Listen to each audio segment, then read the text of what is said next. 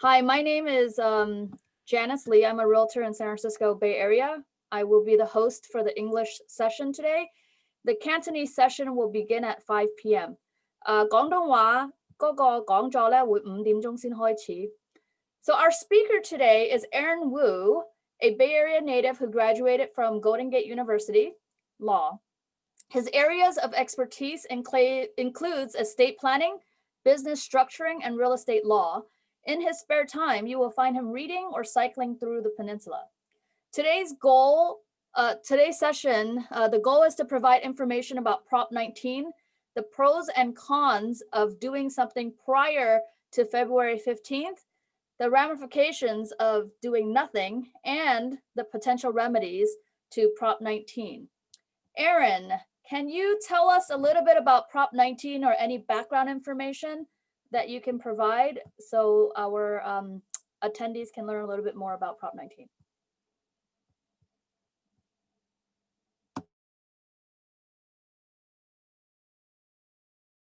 Aaron, are you there?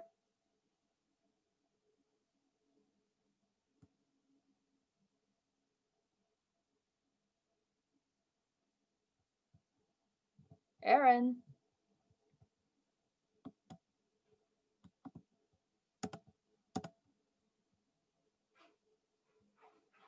Hold on, you guys.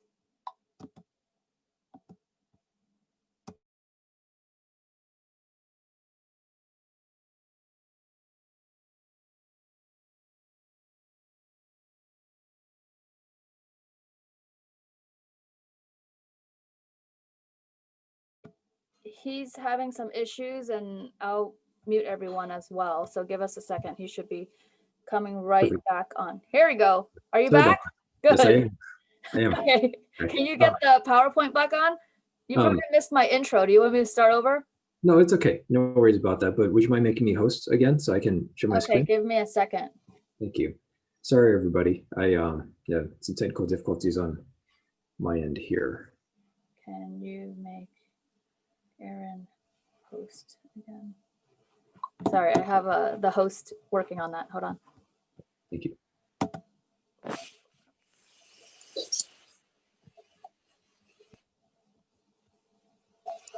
Thanks, guys, for your patience. Sometimes these things happen. Oh, shoot. Hold on.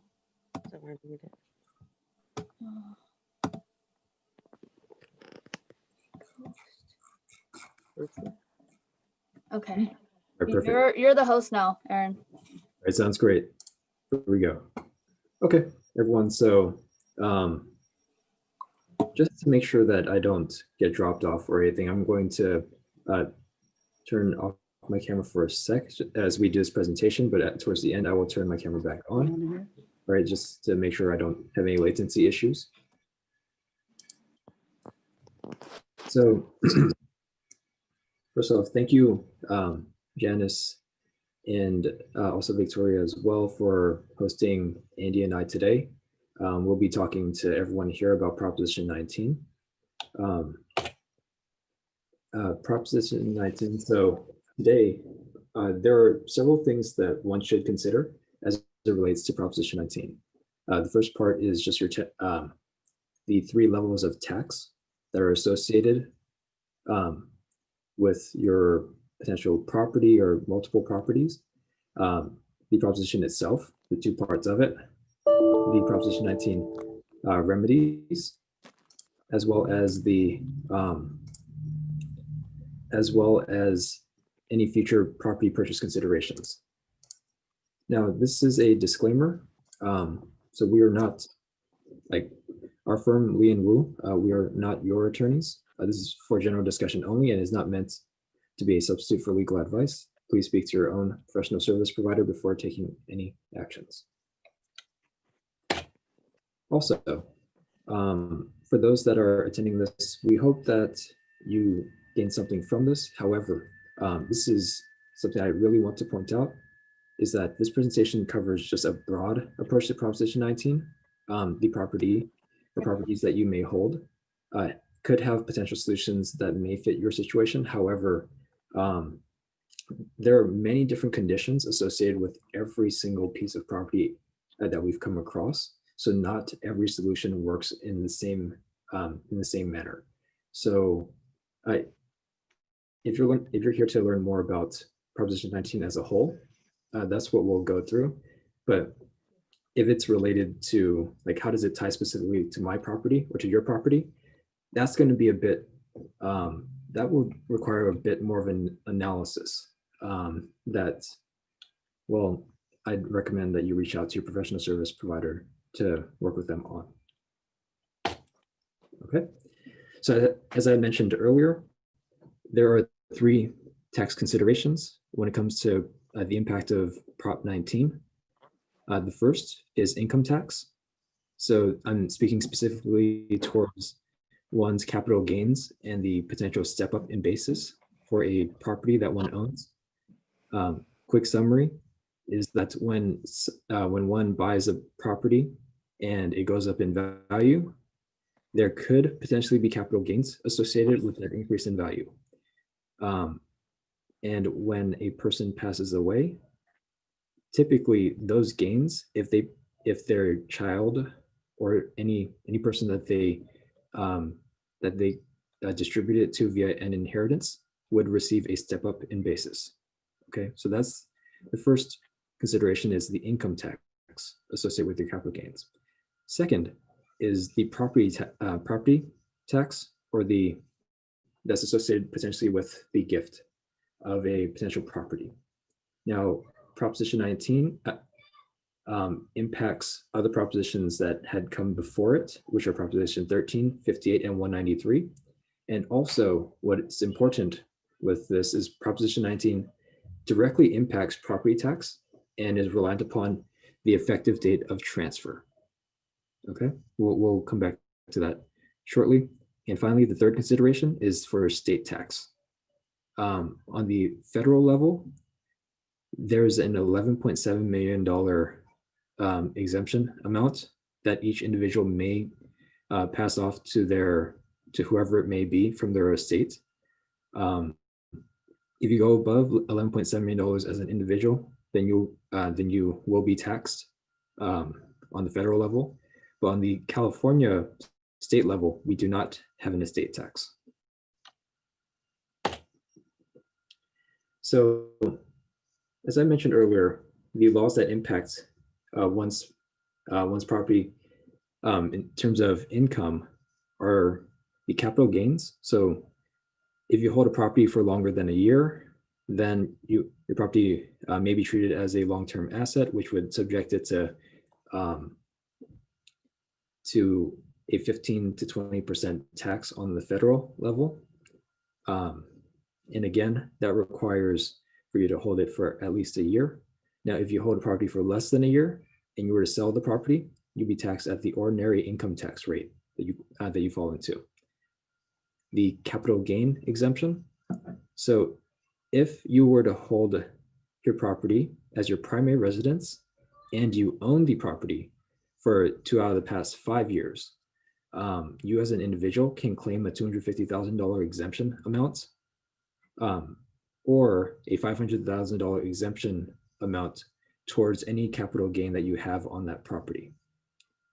And finally, the step up in basis that I had referred to earlier is under Code Section 1014, which allows for a property that's inherited by beneficiaries for you to receive a step up in basis for that amount of or for that income there. So essentially, if one were to inherit a property, let's say from their parents, and there was a capital gain, potential capital gain liability of $1 million, but they receive the property from their parents or from a parent when they pass away, and the property receives a step up in basis, well, that $1 million in terms of potential tax liability would essentially be zeroed out to the fair market value. And one more thing, in community property, community property is owned by a couple. I guess a full 100% step up in basis at the death of one of the spouses. So I mentioned there are 3 other laws plus the change in ownership that are affected by Proposition 19. Proposition 13 came in the 70s.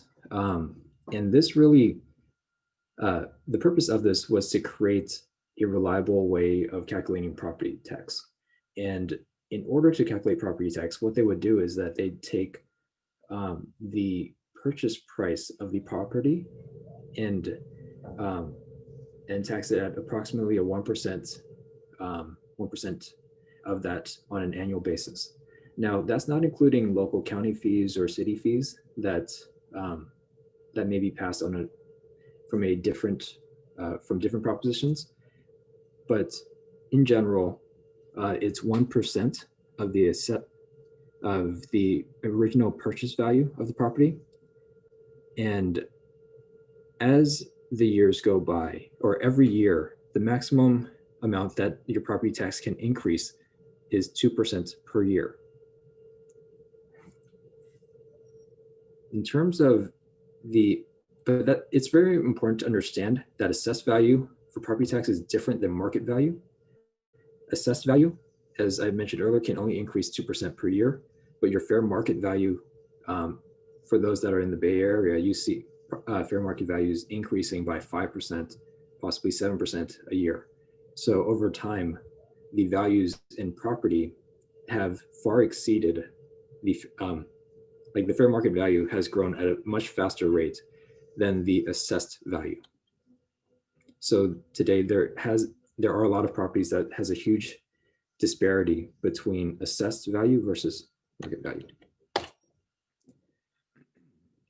Now, the term change in ownership is really important because whenever there is a purchase or sale, gift, death, or any type of transfer created by operation of law, that automatically creates a need to have a reassessment for that property. All right. Now, that reassessment automatically occurs unless you can show that there's an exemption that exists. So Proposition 58 and Proposition 193 effectively do somewhat the same thing, but they're just between either parents and children or grandparents and grandchildren. So what Proposition 58 established is that for primary residence transfers between parents and children, whether it goes from the parent or child, whichever way it goes, there's an unlimited amount that you can transfer in terms of your assessed property value. So you can transfer it at any point, whether it's via death, via while you're alive, you can transfer it and there won't be any issues in terms of the property tax reassessment.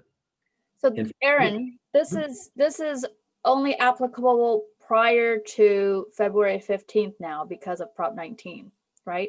Yes, exactly. It is only applicable before Prop 19 comes into existence. And so this is what goes away February 16th. And this is why it is very important to understand what people could do now versus what people may not be able to do in the future. Yeah. So as I was saying, Prop 58 allows for primary residence transfers of an unlimited amount of value to be transferred between parent and child. For other property, parents and children could pass $1 million of assessed value to one another. Okay, assessed value, that's as I mentioned earlier, is different from fair market value. So if your property that's worth on the market $3 million today, but is assessed at $500,000, well, when you pass this property from either parent or child, the impact there would only be that $500,000 amount of assessed value. And Prop 193 just allows for this to happen between grandparents and grandchildren, so long as the parents are deceased, or there's no parents in between. Now, Prop 19, there are two parts to it. The first part we're going to go over pretty quickly because a majority of the issues that have been brought up to us is caused by part 2. So the first part, this is for those that are 55 years of age or older. Prop 19 enables people that are above the age of 55 years old to be, or those that have experienced natural disasters that have created a loss in fair market value by 50% against their properties, they can transfer their property tax to another property that they purchase. So they'd effectively have to sell their home and move to another property, and they can carry over their property tax with them. I also want to mention that related to this, you can actually buy something more expensive than what you sell your property for. Previously, prior to Prop 19, you were unable to do that. So if you have a property that you sell for $1 million, if you buy something for 1.5, you'll get the property tax base for the first 1 million, and then the additional 500,000 would be based on the market value. Mm-hmm. Yeah, exactly, Janice. And the other thing is also, before Prop 19, you could only do that transfer one time. And it had to be of equal or lesser value. But after Prop 19, you can transfer your property tax up to 3 times. So you can go from house to house to house. The reporting requirement there is that you have to report it within 2 years of the purchase to transfer your property tax. And the effective date is April 1st, 2021. When you say effective date, that means that you have to sell your property after that date and buy the new property after that date? So it is not 100% clear in the legislation as to whether or not you'd have to sell the property and buy it between the two. There's a bit of risk associated with that. And that's kind of what we refer to as straddling straddling between the deadline. If you could, I would suggest holding off on these type of transfers until after April 1st, 2021. These transfers meaning when you're purchasing a property? Yes. I just want to be clear. The sale of the property, and then also the purchase of the property. So waiting for the 2-part transaction to take place until after April 1st, 2021. Thank you. Now, this is a screenshot that I'm sure many of you have seen already. This is off of the Board of Equalization's website, which is the governing body that oversees the implementation of Prop 19 and all these other the associated other propositions and laws around this. And here is an example. Okay, so John and Mary, they're over 55 years old. They have their primary residence. They bought it in 2010 for $1 million. Today, the property is worth $2 million, and they've made no improvements to the property. In property taxes year 0, they're at $10,000 in terms of property tax. Property tax year 10, they're up to about $12,200 based upon 2% increases per year. And keep in mind, this is rough numbers, not including any fees associated with the counties. Their considerations, if they're thinking about moving, is that, well, they're $12,200, and this is post Prop 19 coming into effect. They can move to any property within California and carry this $12,200 property tax with them. So if they were to buy a $3 million property, that should be assessed at $30,000 a year. Or if they were to buy a $2 million property, which would be assessed at $20,000 a year, they could still carry this property tax basis with them. Now, the other consideration, if they're interested in selling, is the one that comes with capital gains. So going through the type of transaction does not avoid capital gains tax liability. Although an exemption may apply, like as I mentioned earlier, if you hold it for more than a year, then you may be able to exercise the long-term capital asset, 15 to 20% tax rates on the federal level. Or if you hold it for 2 out of the past 5 years and you live in it for 2 out of the past 5 years, then you may receive up to $250,000 capital gains exemption on it as an individual, or $500,000 as a couple.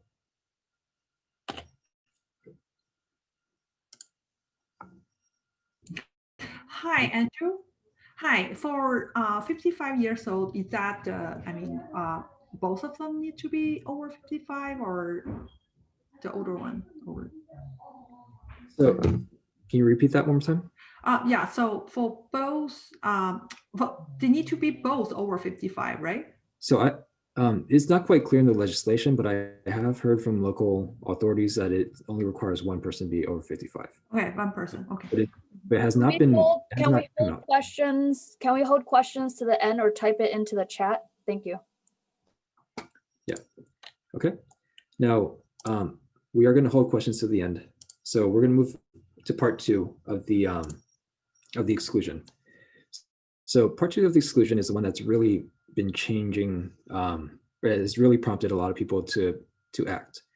So before Prop 19, as mentioned earlier, the primary, if it's one's primary residence, you could take an unlimited amount of assessed value and transfer it between parent to child or grandparent to grandchild. And for any other property, you could transfer up to $1 million of assessed value, or combine $2 million per couple. Okay. Now, post Prop 19, what happens now is that a primary residence, it is a transfer between parent to child, and it can only go one way now. If the child moves into that property as a primary residence, they will receive $1 million credit. Well, essentially $1 million credit when they evaluate. One second, I'm gonna have to mute somebody. All right. They'll effectively have this $1 million. I call it $1 million credit towards their current property assessed value. And that $1 million credit is utilized, or it's added to their current property tax value. And if that amount is less than the fair market value, then there will be an additional property tax reassessments for that difference there on top of what they're currently paying. So quickly put, $2 million. Can you provide an example? Of course. So let's say your property tax basis is $100,000 today, and you're a parent and you live in your primary residence and you pass it off to your kid. The property is worth $1.5 million that you pass off to your kid. So your property tax again is $100,000. Fair market value is 1.5. So clearly, between fair market value and property tax, there's $1.4 million worth of difference there. The per the new regulation, $1 million will be $1 million will not be utilized or will not be assessed against you if you were to transfer it to your child and your child were to move into that property. And this transfer can occur via inheritance or also via gift. Now, the total tax liability for that example would be $500,000 total after the transfer takes effect. And that's calculated because, again, fair market value is 1.5. You subtract the $1 million credit, so now you have $500,000 of total tax liability. Okay, 500,000 at 1% is $5,000 a year. Sorry, wouldn't there be a subtraction for the original base, which was the 100K? So wouldn't it be? It would be. Mm-hmm. Oh, and the reason why I call it the $1 million credit is because in that example, you have 1.1. You have $100,000 that you're already being taxed on, right? And the difference is 1.4. So you remove that $1 million there, so you have $400,000 of potential tax liability. So you combine the 100 plus the 400, so that's 500. Or the simpler way to do it is just take fair market value minus $1 million, and that remainder, if you receive a positive number, then that's the amount that you're going to be taxed on. If you receive a negative number, you're not going to be reassessed. Thank you. Okay, sure. Now, if the child does not move into the property, and let's say it's the parent's primary residence and the child does not move into the property, well, there will be a full property value reassessment on the date of transfer. So in that example, $100,000, the child receives a $1.5 million property, decides not to move into it, then it's going to be assessed at $1.5 million. And that assessed value will go from $1,000 a year for property tax to 1.5, so 15,000 a year. For the other part of Prop 19 that affects property tax is that other property that is transferred, there is no longer $1 million assessed value that you can transfer of credit to any of your children anymore. So any other rental property or income property that you have will receive a full market value property tax reassessment. And then this filing requirement must occur within 1 year of the transfer, or else you'll receive the assessed value, the full assessed value. This is a breakout of the Board of Equalization's off the Board of Equalization's website. And here is an example of a parent-child transfer before Prop 19. So we have a couple that has a property that they bought for $500,000. The property is worth $2 million today, and their assessed value is approximately $900,000 or $9,000 per year. So the fair market value of this property tax would be or should be $20,000, but is currently only at $9,000.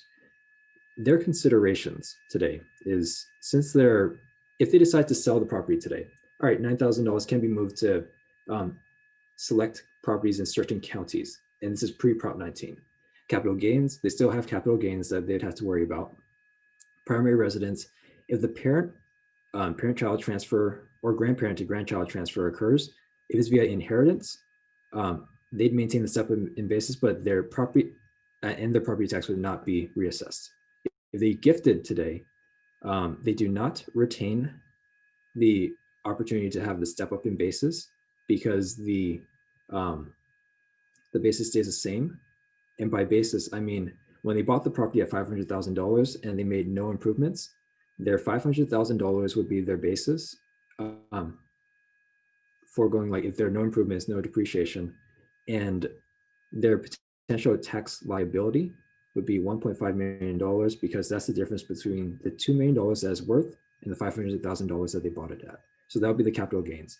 If they gave it via gift, that $500,000 of their basis would transfer over to the receiving party, and thus, like, their child, if they were to sell it, they themselves would be potentially liable for the $1.5 million of capital gains.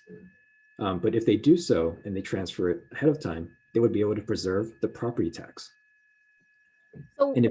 So what you're saying, Aaron, is if you do something now, they can preserve property tax, the current property tax. This is like meaning you do it before February 15th.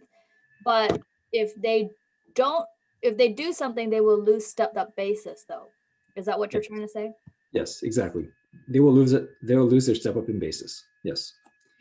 And if it was their rental or income property today, and it's not their primary residence, and they're allowed to have up to $1 million of assessed value for non-primary property, they can transfer that over. They may lose the step up in basis depending upon how much of the income or revenue generating property they transfer, but they would also be able to preserve their property tax value. Now, just for the purposes of time, I am going to speed things up a little bit. So post Prop 19, same example, $500,000 that was purchased at, $900,000 assessed property tax value today, and they've made no improvements to the property. After Prop 19 comes in, February 16th, the considerations that the family would have is that they could move to any property, or they could sell their property and move to any property in California and take their original property tax basis with them. Now, the capital gains, again, you would be subject to capital gains tax, or if they wanted to pass it off via inheritance. Now, if they do that, the kids move in, then their property tax would be reassessed at $2 million minus the $1 million of credit. So the overall tax liability there is $10,000 approximately per year. But the step up in basis they would receive. On the other end, the kids, if they don't move in, then they would receive a full reassessment to fair market value of $20,000 per year. But they still get the step up in basis. Now, if you gift it after Prop 19 occurs, then there will be a reassessment to based upon whether or not it's your primary residence or if it's your other property. If it's your primary residence and the kid does not move in, you get the full amount reassessed. If you gift it and the kid does move in, then we would they'd only receive that $1 million worth of credit towards that primary residence. Either way, if you do that via gift, your separate basis is foregone, and that's it. Sorry, are we allowed to ask questions, or is that towards the end? We're This gonna will be wait towards for questions until the end because they're Okay. yeah. So Yeah. can you Aaron, can you give us some potential remedies? What people can do? Yes, of course. So that's the next slide here.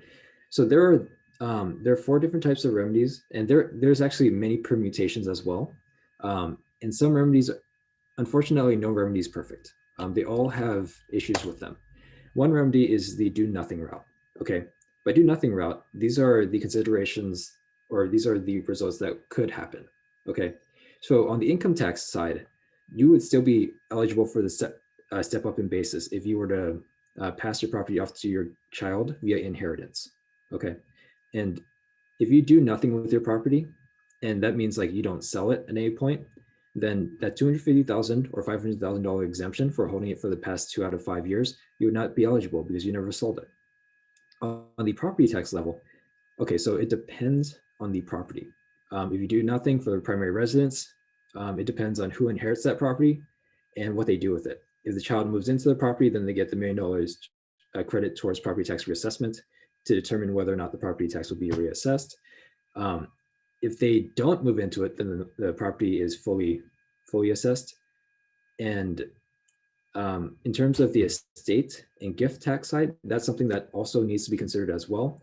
If your estate value is above $11.7 million, then you may be impacted as well. The second route is the gift route. If you gift the property, there are considerations. Now, this is assuming a gift before February 16th. And so a part of that is the income tax. The step up in basis, you're no longer eligible because it goes out of your estate and that property transfers with its original basis to the recipient. The $250,000 or $500,000 in capital gains exemption, that is no longer available as well for you. But for the recipient, they could hold the property for the next 2 out of 5 years and receive that exemption. Now, the property tax okay, so in terms of property tax, now this depends on the property that's being transferred. Before February 16th, if you transfer it for primary residences to your children, there will be no property tax reassessment of any sort to your children for primary residence transfers of your primary residence to your child, okay? Other property, it depends on how much that property is worth that you transfer in terms of the property tax reassessment value. But if it stays under that $1 million of assessed value per spouse, then there would not be a reassessment either. And if you did the gift route, well, you'd have to file a gift form with the IRS, and that's Form 709. Another potential remedy, and this one is a little bit more complicated, is via entity ownership. So entities are treated differently, and depending upon the type of transfer that occurs and the current ownership that a property is being held in, that may impact, that would or may not impact the property tax reassessment and also the step up in basis associated with that property. There are a couple different different tests that the state of California has to determine whether or not property tax would be reassessed. But to go into that would take a whole new session. So I'm just going to say broadly that if you're evaluating what's happening to an entity that you hold or potentially putting a property into an entity, there are solutions there. Now, irrevocable trusts, I will briefly go over this because this is something I know people are very interested in, but I will also put out the caveat there that this is something that is very,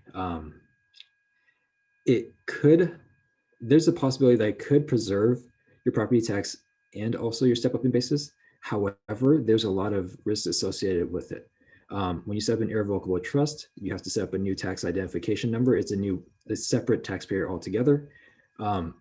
When the property is transferred into the trust, there's an effective transfer. And for income tax purposes, it depends on the structure of the trust. You may be able to preserve your step up in basis, but it is a very complicated solution. And the other part about the irrevocable trust is that there are additional costs associated with it for an ongoing on an ongoing basis. And also you will lose, well, with an irrevocable trust, if it's a property, like an income generating property, you cannot have any financial interest in the irrevocable trust, or it depends on how it's structured. There's a potential loss of control, so you may not be able to refinance. And also there may be other issues such as due on transfer clauses that may be triggered by via your mortgage, and so forth. Just to be clear, Aaron, I Yeah. think there's some people asking about irrevocable trust versus revocable trust. Can you state a little bit the difference? Because most people have what we call living trust, which is a Yeah. revocable trust. Can you mention a little bit more about that? Sure. A revocable trust is no different than you owning it pretty much outright yourself. There is no different tax treatment, and in such, like, because you retain control over the property, it is a part of you and is a part of your estate. Until you relinquish your control and your interest in the financial benefits of that property and move it out of your estate, you will, it's going to be seen as in your estate. So if you had it in a revocable trust and you're going across that February 16th deadline, unfortunately, it will be treated as if it's a part of your estate and not separate from you. An irrevocable trust moves things outside of your estate, and effectively, you kind of send it off into the direction that you want it to go, and you lose a lot more control there. There are control mechanisms that can be placed, but that's much more complicated. And here's just a breakout of the four different types and the considerations. And I know we're pressed on time here, so I'm just going to skip ahead. Future considerations: just know what you're getting, who's buying it, how you're going to hold property, whether this could be an entity or not. Those are going to be very important. And apologies for rushing through this. I'm told that we have a hard stop deadline at 4:40 today. So if there are any questions, please email us or potentially We could contact go, we probably have time for about 10 minutes of questions if perfect. needed. But before we go there, can we talk briefly about irrevocable? Does that mean that you no longer have control of the property? Does that mean that it's now given to whoever you give it to and you can't take it back? I think people need to be a lot more clearer about what an irrevocable trust is. Okay, perfect. Well, if we have 10 minutes, then I can take questions. In regards to an irrevocable trust, there are many different ways that you can set them up. But yes, for the majority of them, you do relinquish a certain level of control. You can maintain a general power of appointment to be able to potentially to change who receives the asset in the future, which could, you're riding a very thin line between how the IRS classifies property versus how a change in how the state classifies a transfer of ownership. So like the property tax law versus the federal tax law. But there is a way, however, once you do so, again, you cannot have any financial benefits from it.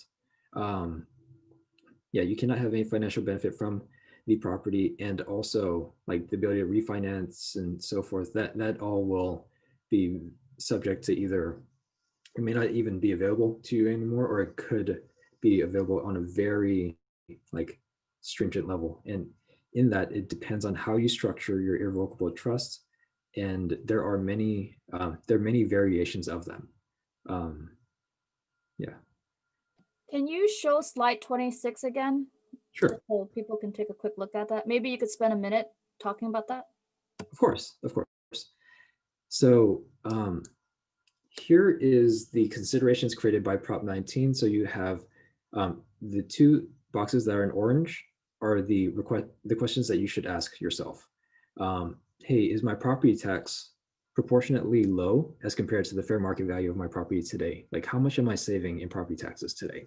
Is that like, how much is that? Is that a lot? Is that a little? What's the, and does Prop 19 dramatically impact me if I were to not do anything? And then the next question you want to ask yourself is, what are my goals for this property? Like, who do I want to receive this property, and how do I want them to receive it? If I do nothing and give it to my child or whoever else it may be, you may forego the property tax reassessment, depending upon whether or not they move into the property. And also, but you do preserve the property, the step up in basis. However, if you go via a gift, you before February 16th, 2021, then you can preserve the property tax at what it is today, and then but you forego the step up in basis. Now, finally, for the entities and the irrevocable trust, the entities, as I mentioned earlier, this is a little bit more complicated, and we truly have to talk through this in terms of how you can structure it and move an asset into an entity. But there are ways that could be very beneficial depending upon the property profile, to move a property into an entity, and with the entity, you could potentially continue to maintain financial interests, continue to maintain a lot of control over the property, but start passing things off a little bit earlier to your kids. And finally, with the irrevocable trust, there is the ability potentially to preserve property tax and step up in basis, but you relinquish a lot of your control and a lot of your financial interest. This one here, again, it's a more complicated solution. And I'd say that it all depends on whether or not you'd be comfortable giving up your direct income from these properties. There's a question from someone that is pretty general that can apply to a lot of folks. Sure. Can you clarify how this will affect those in living trusts for primary and rental properties? For example, if the parents gift a percentage of the primary resident to the child prior to 215, will that trigger a tax reassessment? That is, if the title to the deed will go from sole ownership parents to tenancy in common, meaning parents to multiple adult children, then for rental property, if the title deed is to be transferred to the adult children, will the property be reassessed? I think the main question is, if I do a transfer prior to February 15th, will my property get reassessed? What do I need to do? All right, so it all depends on that situation, on who it's going to. If it's parent to children, it depends on that property. If it's your primary residence, then there would not be a reassessment if you do it before February 16th. Now, if you do it after February 16th, then it depends on how the child takes ownership of the property, if they move into it or not as a primary residence. Now, for your to answer the other property or the income property, if you were to transfer income property before Prop 19 comes into place, you have the ability to transfer up to $1 million of assessed value to your kids. Now, if you transfer a percentage, hey, it depends on that percentage that you're transferring over. If it's a $10 million property and you transfer, that's assessed at $10 million, and you transfer 20%, well, that additional $1 million would be assessed in terms of its value. Now, fractional distribution of properties could work to help preserve some portions of step up in basis and some portions of property tax, but I would have to get a better understanding as to, I'd recommend looking at the property's profile and determining what the impact, the numerical impact is in terms of why you'd want to transfer a percentage versus transferring 50% or 100%. I think this is a very important question. A lot of people may not know what stepped up basis is, because it'll determine whether or not you should do something or not do something, because you're looking at stepped up basis. Can you talk about stepped up basis again and give another example? Of course. So a step up in basis is tied to capital gains.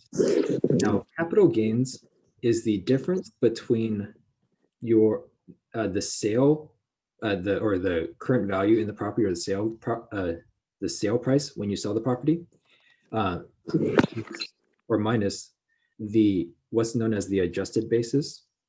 And the adjusted basis, how you calculate that, you look at what you initially bought the property at, which is your cost basis, plus any type of capital improvements that you made into the property, minus any type of depreciation. And so for the example, if you had a property worth today $10 million and you bought it at $100,000, and you made improvements of like $900,000.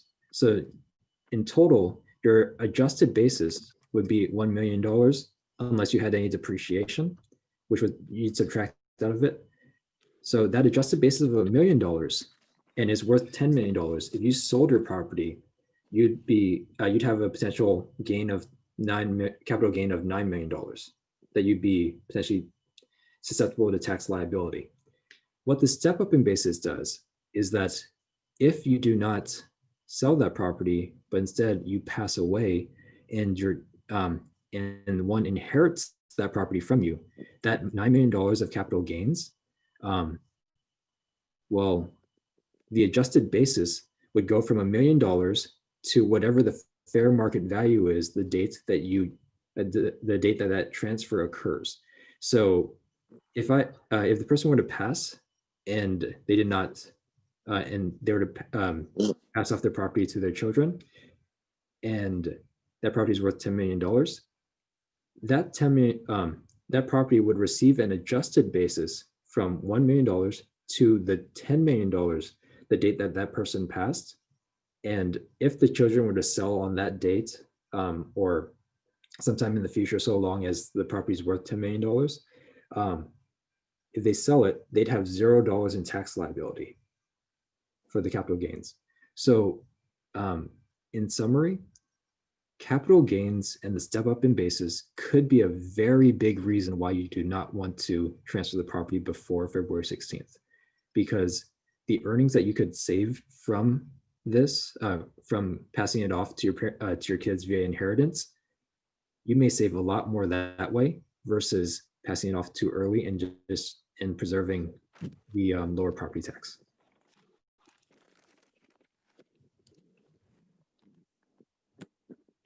Do we have any other questions? We could probably take a couple more.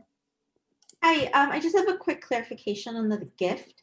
If so this is a primary property that's owned by the parent, and if a percentage is gifted versus the entire property to the child of this primary property prior to February 16th, will that trigger a tax reassessment? I think you had mentioned the transfer. I just want to make sure it applies to also if the transfer is not the full deed, it's just a percentage of the property going from sole ownership to tenancy in common.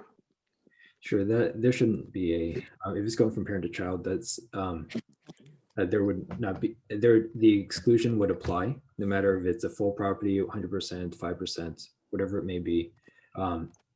There would be no reassessment there. Yeah. Great, thank you, Aaron. Sure. Hi, Aaron. I have a question. Under the Irrevocable Trust, you have a bullet point for relinquished control. What can you expand on that, please? Of course.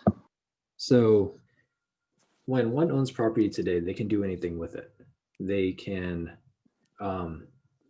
encumber the property, they can sell the property, they can lease it, they can pretty much do anything anything with it. They can refinance it and so forth. They can pull money from it to be able to pay for another house for their kids or something. They could, and so forth. When you move it into an irrevocable trust, depending upon how you structure it, you may have to relinquish a lot of these rights because you're effectively moving it out of your control into another entity's control. And the way that that's structured, the way that that entity is structured, will have a direct impact on what you can do with that property. Now, a lot of the, I think there's a bit of noise going on here, but depending upon how you structure your irrevocable trust, like usually for irrevocable trust, you cannot have a financial benefit in it.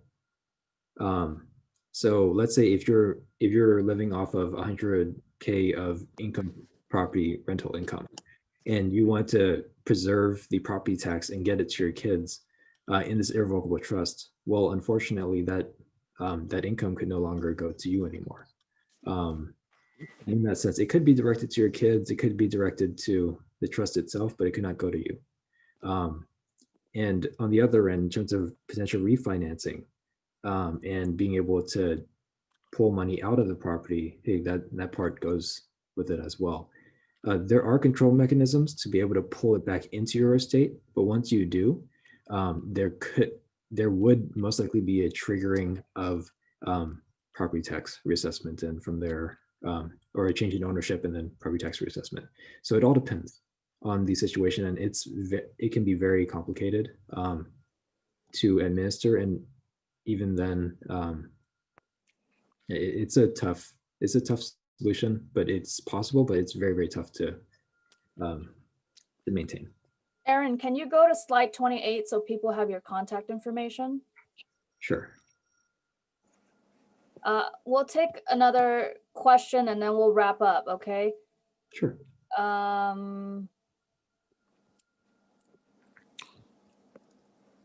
If rents go up after kids assume inherit the property, guess what the tenants will leave? There's rent control in certain areas in California.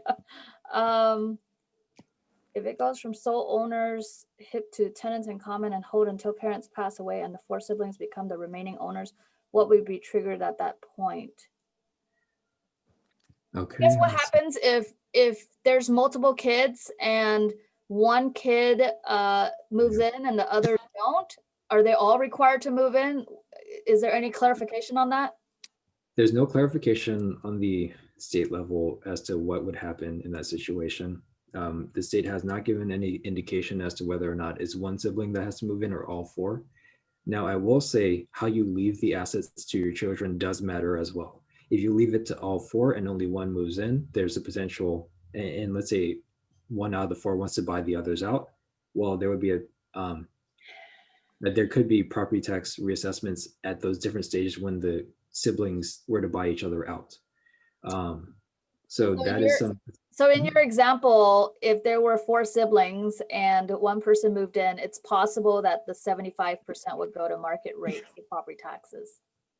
Yeah, there's a possibility. We'd have to see what the Board of Equalization states. We haven't heard any indication as to whether or not it would be or not. Yeah, but it also depends on if it's the primary residence of the parents. Yeah. Someone says, does my kid have to live there for the rest of their life, or is there a time frame that they have to live there? There's no indication from the Board of Equalization for that. It could be a year, it could be 6 months, could be 10 years. The law is not clear there. Well, I think I want to thank Aaron for his time, and Andy. Andy will be doing the Cantonese session. Victoria will be hosting the next session. If you guys need detailed information about your specific case, I would highly recommend that you contact Aaron or Andy to talk about your specific scenario. I'm sure there's probably a consultation fee or something, but yeah. It's worth spending a little bit of money to figure out whether or not it makes sense for you to do something now or do nothing. So there's no perfect solution. you either keep property tax or you lose stepped up basis. So thank you, everyone. Erin is located in San Francisco. They're in San Francisco Peninsula. So if you guys can set something up with him directly, we're here really to provide information so that you guys are educated and know what you guys should potentially do. So thank you so much for all of your time. And if you have further questions, please email or set up a consultation with Aaron and Andy, who are lawyers. Yeah. Thank you, guys. And we will be heading on over to the Cantonese session. Enjoy, have a happy week, and you guys don't have much time to take care of Prop 19 issues. I want to remind everyone that February 16th is President's Day weekend.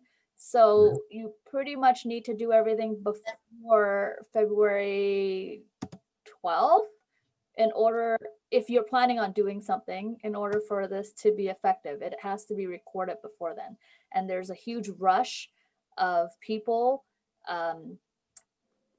doing recordings right now. So good luck, everyone. Thank you for coming. Okay, time for the Cantonese session. If you guys want to remain for the Cantonese session, feel free. Thank you. Yeah, thank you, Janice, and thank you everybody for having me. Take care. Thanks, Aaron.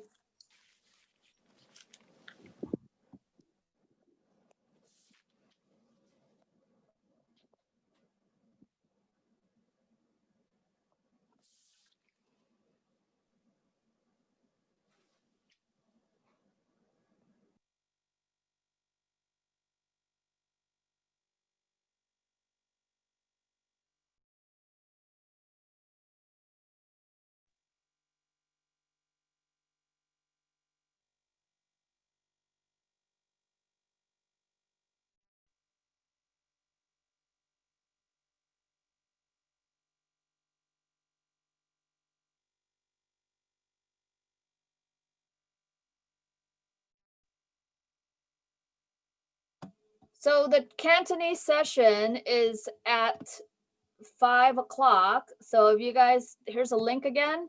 So if you guys need to go to the Cantonese session, please go to that link.